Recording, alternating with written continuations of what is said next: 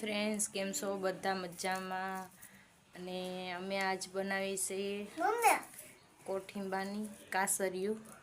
પેલા આને બે ભાગમાં મોરી નાખો હા બોલ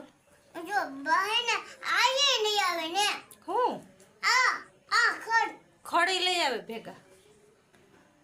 હારું કોઠીંબડું બતાવે છે અમે બેયમાં દીકરો કોઠીંબડા હમણાં મોરી નાખશું પછી એમાં મીઠું ભેળવી દેશું અને આખી રાત રહેવા દેશું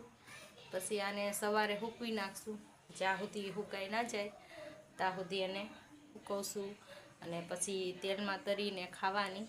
અને આને કહેવાય કોઠીંબાની કાસરિયું ગામડામાં તો આ બધાને ખબર જ હોય કે આ કોઠીંબડાની કાસરિયું હોય સિટીવાળાઓને કદાચ ખબર ના હોય તો હાલો કોઠીંબાની કાસરિયું ખાવા તો આવડા હોય એના 2 કટકા કરવાના અને મોટા હોય તો આના 4 કટકા કરી અને એમ સુધારી લેવાના ક્યાં હારું બતાવતો ઝીણકા છે કોઠીંબડા મોરાઈ ગયા છે હવે આરુભાઈ મીઠું નાખે આમ નાખવાનું એમ ન નખાય જો હું તને કહું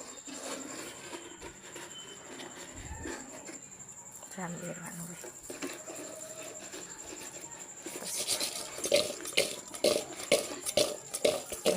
એટલું બધું ના હોય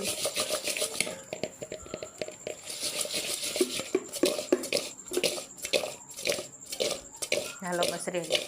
મીઠાનું ડબલું મેલી આવો હાલો રેડી હવે નથી નાખો પછી ખારા થઈ જાય એમાં બસ મજાનું મીઠું અને કોઠીંબડા ભળી ગયા છે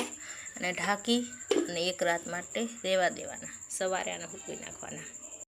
કાસરિયું બનાવી હતી એ સુકાઈને સરસ મજાની થઈ ગઈ છે તો આપણે એને તરી લઈએ અને પછી ખાવાની હોય તેલ ગરમ કરવા મેલી દીધું છે આ ગરમ થઈ જાય એટલે કાસરિયુંને નાખી અને તરી લેવાની સરસ મજાનું તેલ ગરમ થઈ ગયું હવે કાસરિયું એમાં નાખી દઈએ હલાવી નાખવાના